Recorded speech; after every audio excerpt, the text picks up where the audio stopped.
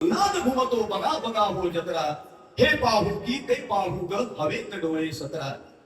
गणेश दर्शन रीती सिद्धी सवे, नाचतो मयूर फेरा धरून.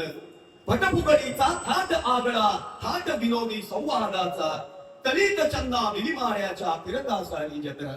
हे पाहू की ते पाहू ग हवेत डोळे सतरा.